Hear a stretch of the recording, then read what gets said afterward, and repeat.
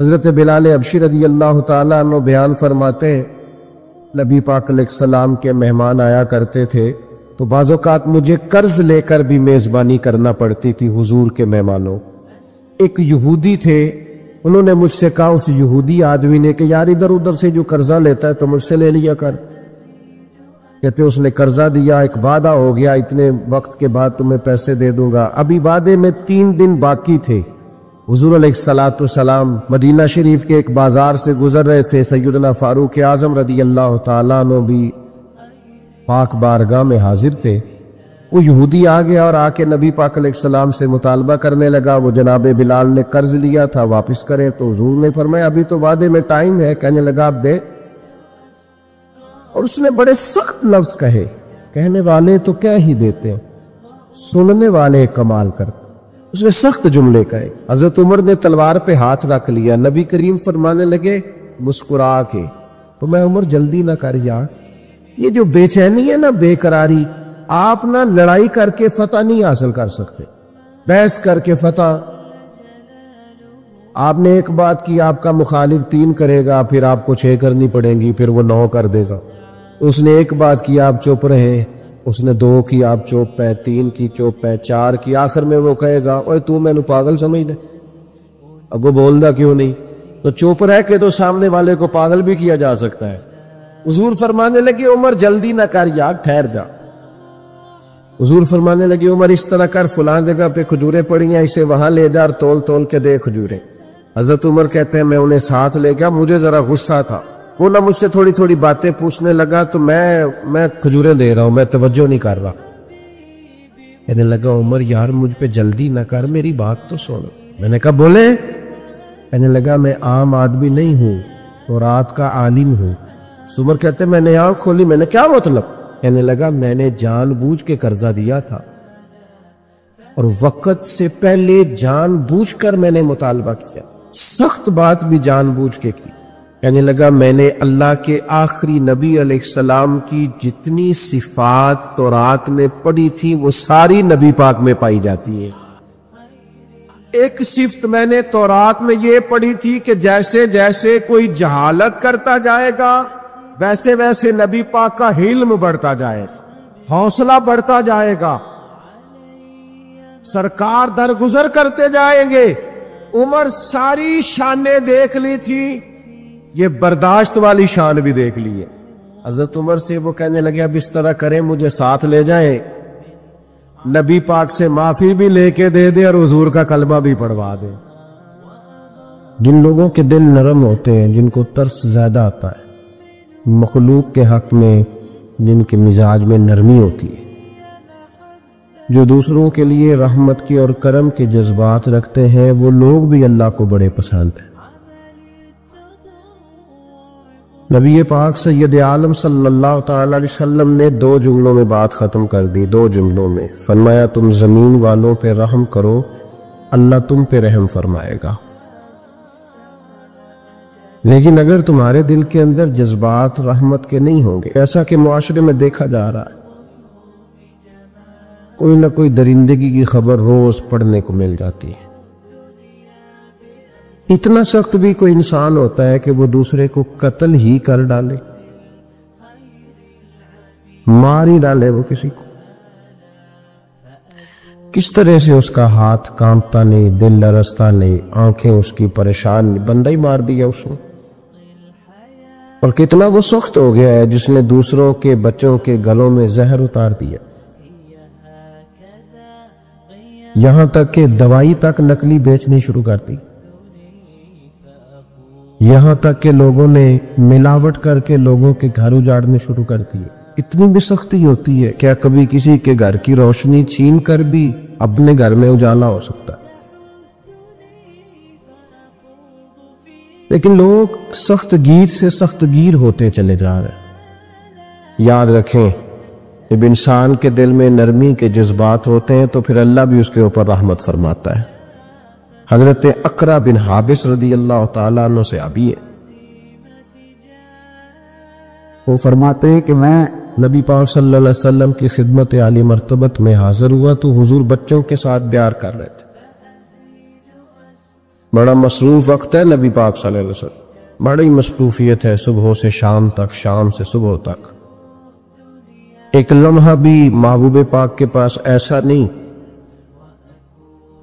جس میں حضور علیہ السلام کچھ دیر کے لیے آرام کرے، لیکن ان لمحات میں سے بھی وقت نکال کر حضور بچوں سے پیار کرتے۔ ہمارے ہاں تو یہ فیشن بنتا جا رہا ہے نا اب کہ بھئی یہ تو مزاج کے خلاف ہے کہ میں دفتر میں تھا، میں خانقاہ میں تھا اور بچہ پاس آ گیا تو بہت بڑی مصیبت بن جائے گی۔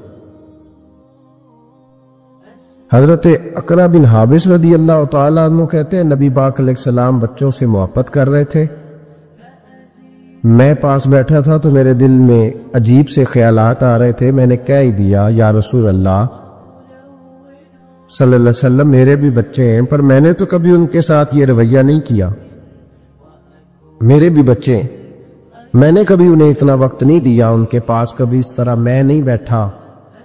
تو کہتے میں نے جملے تو کہہ دیے، حضور خاموش ہو گئے اور دیر تک میری طرف دیکھتے رہے،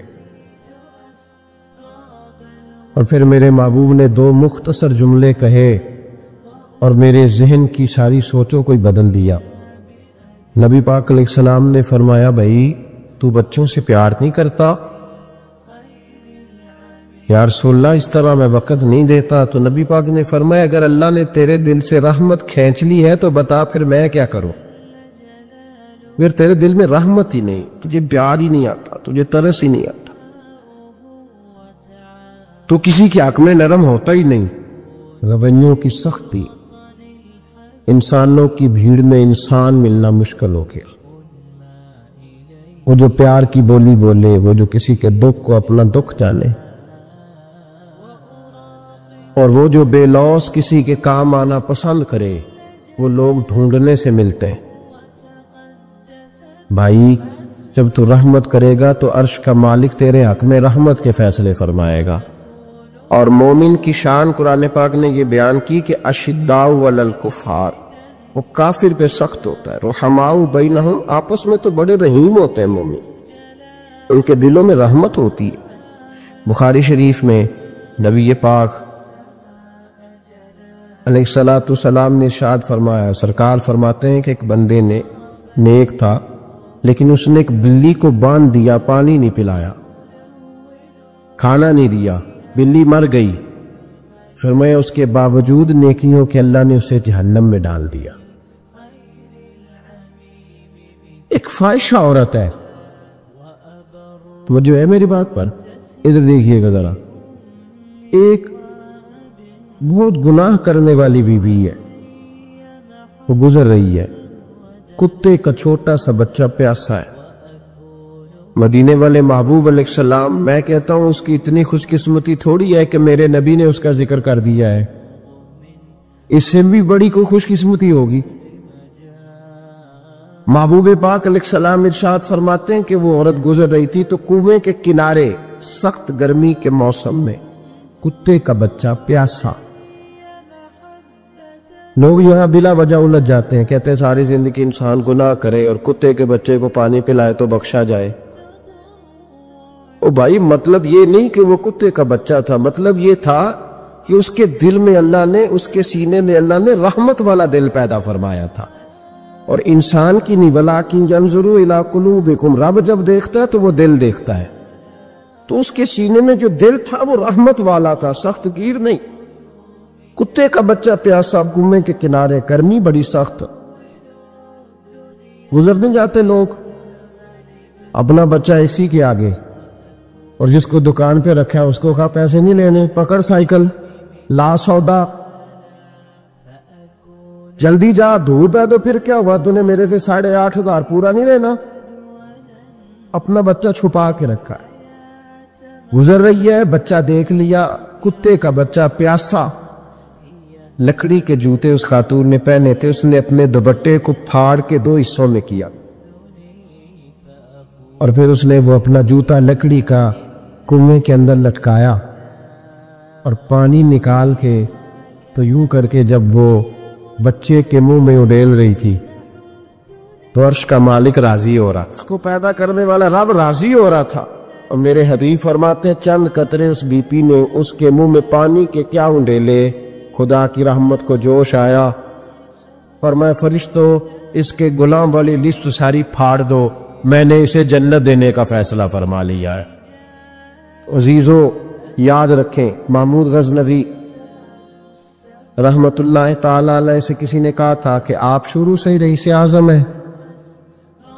فرمانے لگے نہیں، میرے والد اللہ کی مخلوق پہ رحمت کرتے تھے تو اللہ نے انہیں بادشاہی عطا فرما دی۔ محمود غزنوی خود کہتے ہیں کہ وہ لوگوں پہ میرے والد رحم کرتے تھے تو رب نے مخلوق پر رحم کرنے کی برکت سے انہیں بادشاہی عطا فرما دی۔ محمود غزنوی کے والد جو تھے سبکتگین ان کا نام تھا، تو شکار کے بڑے شوقین تھے، شکار کرنے کے لیے جنگل میں جایا کرتے تھے، کچھ بیچا کرتے تھے، کچھ کھا لیا کرتے تھے۔ کہتے ایک دن میں صبح گیا، شام تک میں نے شکار ڈھونڈا پر مجھے کوئی چیز نہ ملی۔ عصر کا وقت ہو گیا تو میں نے ایک ہرنی کا بچہ میرے ہاتھ آیا، میں نے فٹافٹ اس کو اپنے اٹھا کے گھوڑے کے آگے رکھا اور میں نے سر پٹ گھوڑا دوڑا دیا۔ بچہ بڑا پیارا تھا، اس کو لے کے میں تیزی سے جنگل سے نکلا کہ کہیں شام نہ ہو جائے۔ کہتے ہیں بہت تیزی کے ساتھ جنگل سے باہر آیا، تیز بھگاتے بھگاتے پلٹ کر میں نے دیکھا ہی نہیں۔ جب سارا جنگل گزر گیا، آبادی آئی، ذرا سستانے کے لیے میں رکا، میں نے پلٹ کے دیکھا تو وہ ہرنی جس کا میں بچہ اٹھا کے لایا تھا وہ بھی میرے پیچھے پیچھے بھاگی آ رہے۔ کہتے میں نے پلٹ کر اس کی طرف دیکھا تو اس جانور کی آنکھوں میں عجیب سی میرے حق میں عجیب سی گزارش تھی، گویا ماں منت کر رہی تھی کہ میرا بیٹا واپس کر دے۔ کہتے میرا یہی کاروبار تھا، جانور لانا، کچھ بیچنا، کچھ کھانا، شکار کرنا، یہی میرا کاروبار تھا، یہی میرا شغل تھا، یہی میرا شوق تھا، اور صبح سے شام تک ایک بچہ میرے قابو آیا۔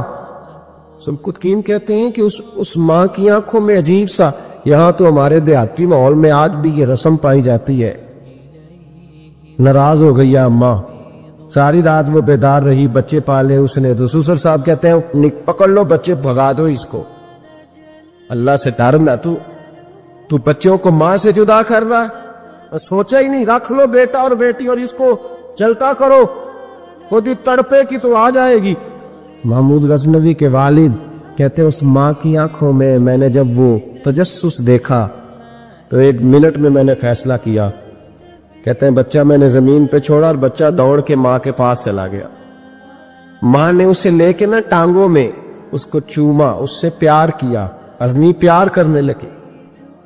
فرماتے پھر میں نے دیکھا کہ وہ ماں بیٹا جنگل کی طرف چلے، تھوڑا سا آگے جا کے تو وہ ہرنی پھر لوٹ آئی، میری طرف اس نے دیکھا، یوں لگا جیسے میرا شکریہ ادا کر رہی، اور کہتے ہیں اس کی آنکھوں میں نے عجیب سی روشنی دیکھی، وہ تو لوٹ گئی، پر جتنا سکون مجھے آج ہوا زندگی میں پہلے کبھی نہیں ہوا تھا۔ مجھے یوں لگا جیسے وجود کے سارے بوجھ اتر گئے۔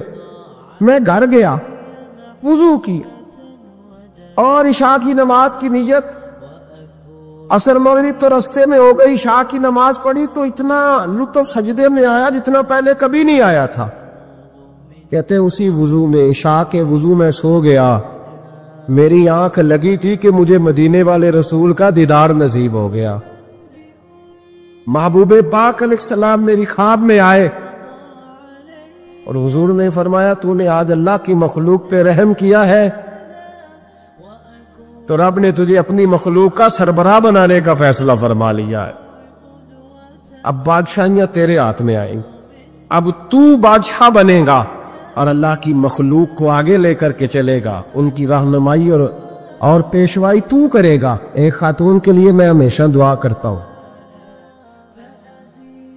حج کے ایک سفر سے میں واپس لوٹ رہا تھا تو PIA کی ایک بہن ملازمہ، اس کو مجھے جب یاد آتی ہے تو میرے دل سے دعا نکلتی ہے۔ پورے بڑے لوگ حج کرنے جاتے ہیں تو میں نے دیکھا کہ وہ خاتون ان کو پکڑ کے لاتی، سیٹ پہ بٹھاتی، بیلٹ نہیں باندھنا آتا تو بیلٹ باندھتی، پھر ان کو پوچھتی کہ آپ کو کوئی تکلیف تو نہیں، اور پھر ان کی زبان میں ان سے گفتگو کرتی اور ان کو سمجھاتی سامان سارا رکھ لیا ہے، اور پھر جب اتر رہے تھے تو وہ دیکھتی کہ بوڑھا کون ہے ان میں سے، کمزور کون ہے، وہ خاص کر اس کے پاس جاتی. میری طبیعت ابھی کی بات ہے، میں جا رہا تھا تو ایک سامنے میرے شخص، تھوڑی دیر پہلے میں راہ والی کی طرف جا رہا تھا تو ایک ساتھی میرے سامنے موٹر سائیکل سے گزر رہا ہے، تو سڑک پہ جتنے لوگ کھڑے تھے انہیں سب کے پاس بریک لگائی، بھائی جانا ہے تو آ جاؤ بیٹھ جاؤ. اور آگے جا کے آؤ بھائی کہاں جانا ہے، ایک آدمی کو بٹھایا تو آگے چھوڑا. اب وہ کر گیا جو اس نے کرنا تھا، ہو گئی بات، لیکن خطبہ جمعہ میں اس کا ذکر ہو رہا ہے، یہاں اس کا ذکر ہو رہا ہے. تو بات تو مختصر سی ہے نا، بات تو چھوٹی سی ہے تو تیرے 2 جملے ہے، تو چھوٹی سی تیری بات کہ تو کہ بابا جی آؤ میں آپ کو سڑک کراس کرا دیتا ہوں، بیٹھ جائے میرے ساتھ، کہاں جانا ہے.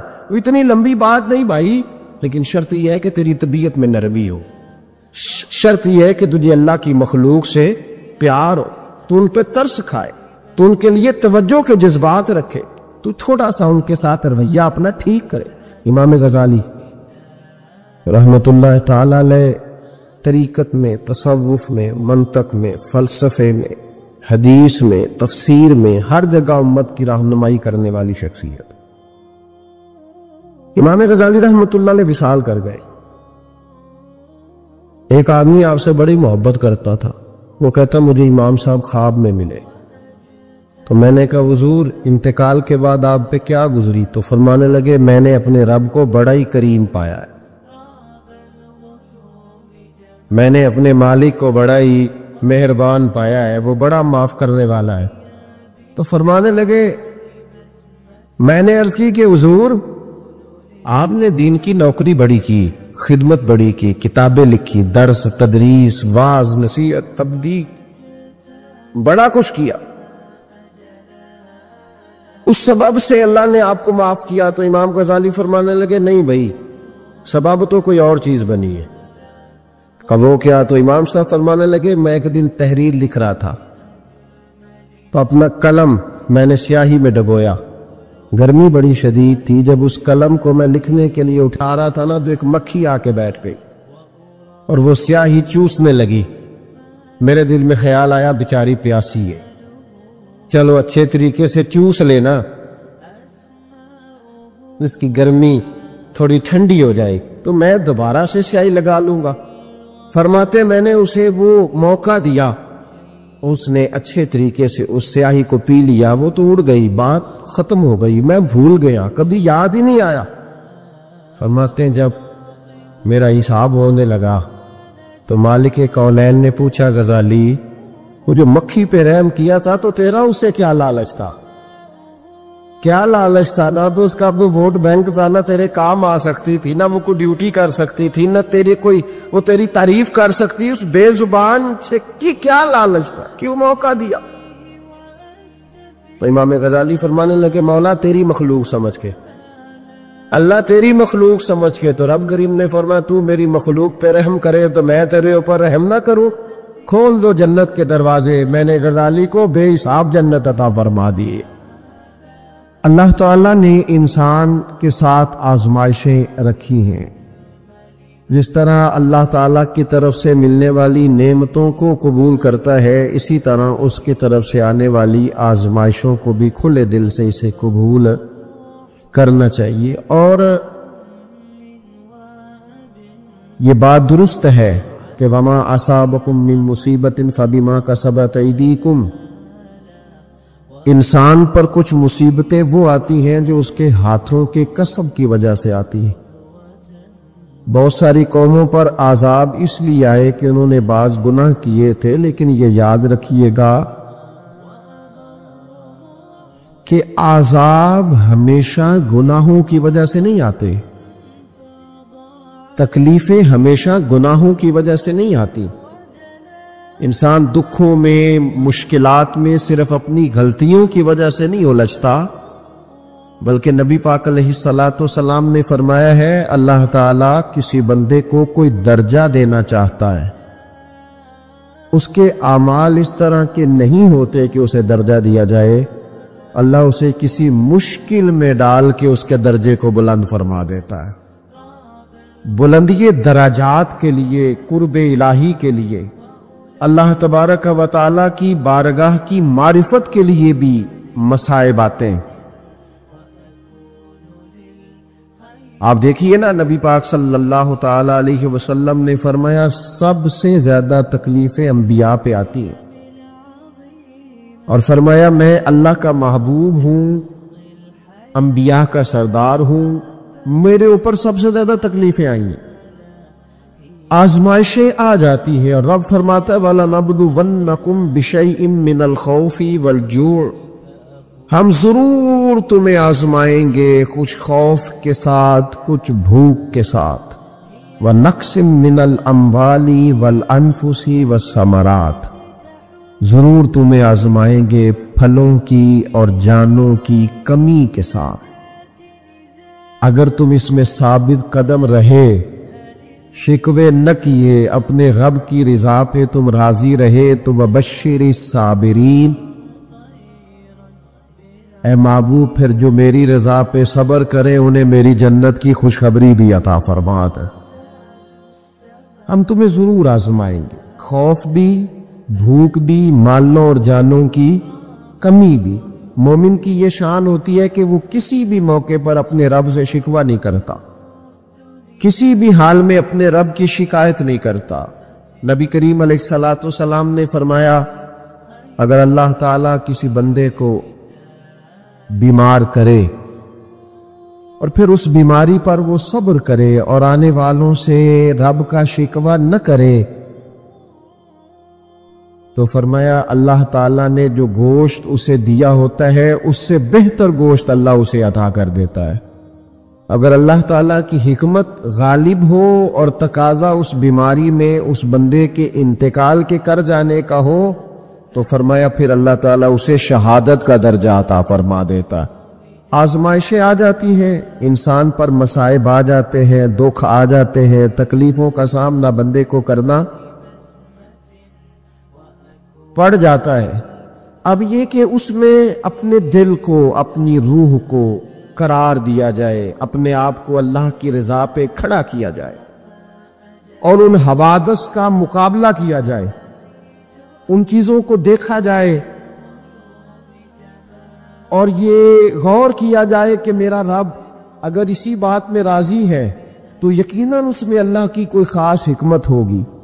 نبی پاک علیہ السلام نے ایک شخص سے پوچھا کیا دعا مانگ رہے ہو؟ تو اس نے کہا یا رسول اللہ میں اللہ کی بارگاہ میں صبر کا سوال کر رہا ہوں۔ تو حضور فرمانے لگے صبر تو مصیبت پر ہوتا ہے۔ یا رسول اللہ پھر کیا مانگو؟ آپ ان جملوں اور لفظوں کی گہرائی کو سمجھیں، صبر کے لیے تو پہلے مصیبت آئے گی، پھر صبر آئے گا۔ تو یا رسول اللہ کیا مانگوں؟ فرمایا تو رب سے عافیت مانگ۔ مانا کیا ہے؟ مصیبت آئے کیوں؟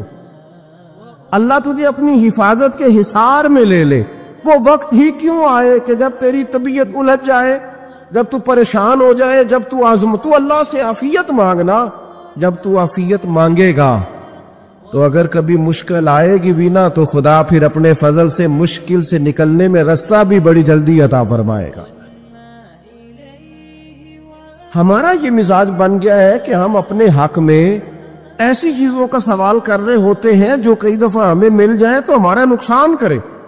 قرآن حکیم ایک جگہ پہ اللہ کریم نے فرمایا ہے کہ اگر سب لوگوں کو مال دے دوں تو بغاوت کریں، فساد ہو جائے۔ کیا معنی ہے کہ اپنا نقصان کر بیٹھے لوگ۔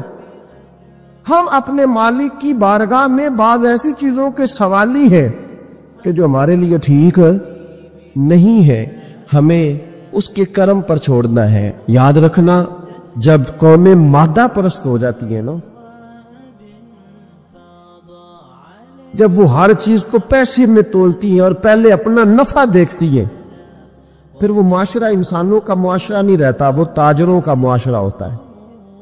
وہاں ہر چیز سیل ہوتی ہے، بیچی جاتی ہے۔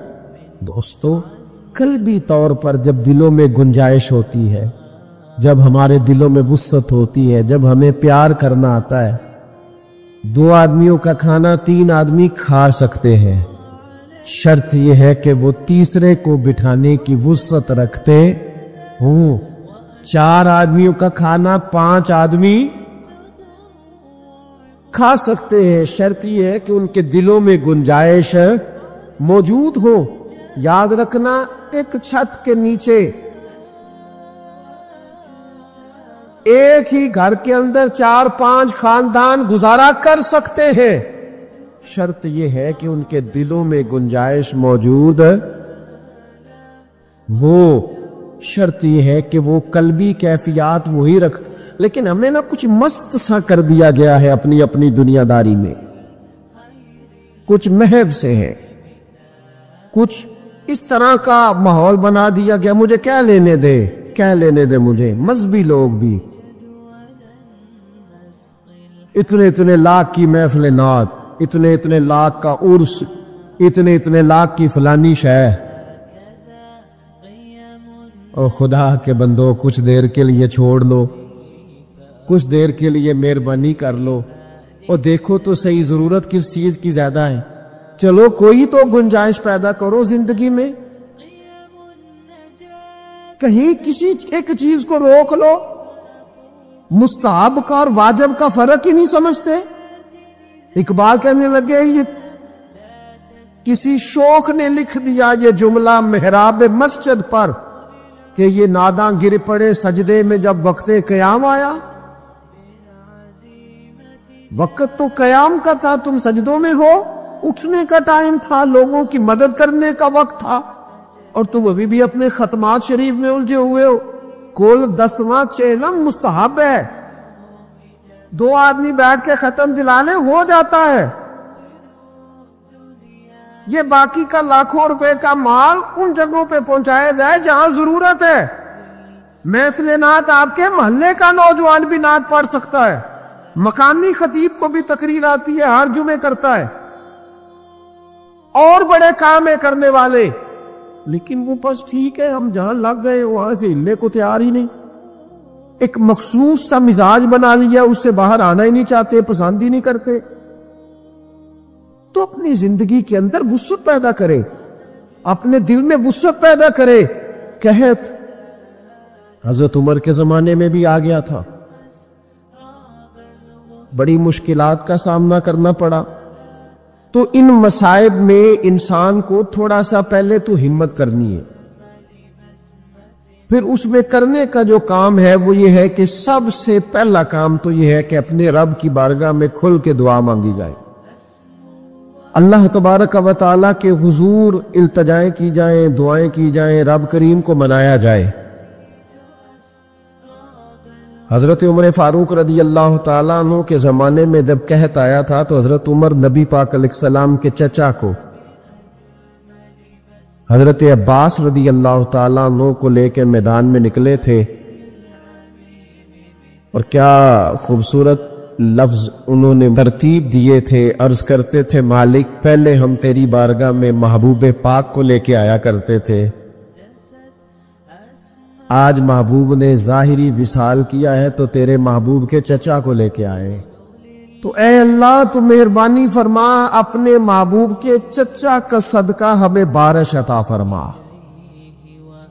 تو بس حضرت عمر نے وہ دعا مانگی، حضرت عباس کو وسیلہ بنایا تو اللہ نے بارش عطا فرما دی۔ اچھا، پھر یہ دونوں چیزیں ہمیں حدیث صحیح میں ملتی ہیں۔ ایک نوجوان نے، ایک شخص نے آ کے حضور کی بارگاہ میں عرض کی، یا رسول اللہ بارش نہیں ہوتی، دعا کر دیں، تو نبی پاک نے ہاتھ اٹھائے دعا کے لیے، اتنے ہاتھ بلند کیے کہ بغلوں کی سفیدی نظر آنے لگی۔ وہ کہتے ابھی محبوب کے دستے مبارک پوری طرح چہرے پر پھرے نہیں تھے کہ اللہ نے بارش عطا کر دی۔ پھر پورا ہفتہ بارش ہوتی رہی تو لوگوں کو اب بارش کی کثرت کی وجہ سے بعض مسائل بننے لگے، تو وہ پھر حاضر ہوئے، عرض کی یا رسول اللہ دعا فرما دیں، اب تو کچھ مشکلات بڑھنے لگی ہے۔ تو حضور نے پھر ہاتھ اٹھائے کہ اے اللہ اپنا فضل نصیب فرما، مہربانی فرما۔ کبھی بارش کی ضرورت ہوتی ہے اور کبھی بارشوں کا کثرت سے ہونا وہ تکلیف کا باعث ہو جاتا ہے بعض جگہوں پر۔ تو کہتے پھر حضور نے دعا فرمائی، ابھی چہرے پہ ہاتھ نہیں پھیرے تھے کہ مدینہ منورہ میں بارش ختم ہو گئی۔ تو سب سے پہلا اور ضروری کام ہمارا آج مزاج بن گیا ہے کہ ہم تبصرے کرتے ہیں، سیاست کرتے ہیں، اس پر بیٹھ کر اب ایک اور دور آ گیا ہے، ویڈیو بناتے ہیں، موبائل چلاتے ہیں، جو کہ بہت بڑا امتحان ہے ہمارے لیے کہ صرف 20 منٹ موبائل کو ہاتھ نہ لگائیں، بہت بڑا امتحان ہے۔ ہو سکتا ہے بہت سارے لوگ بڑی تکلیف میں آ جائیں کہ پورے 20 منٹ گزر جائیں، اس پہ ویڈیو بنائیں گے، اس پہ کومنٹس کریں گے، اس پہ یہ کام ہم کرتے ہیں۔ حالانکہ اگر کوئی ایسی مشکل آ جائے تو شریعت نے ہمیں یہ سبق دیا کہ پہلے دعا،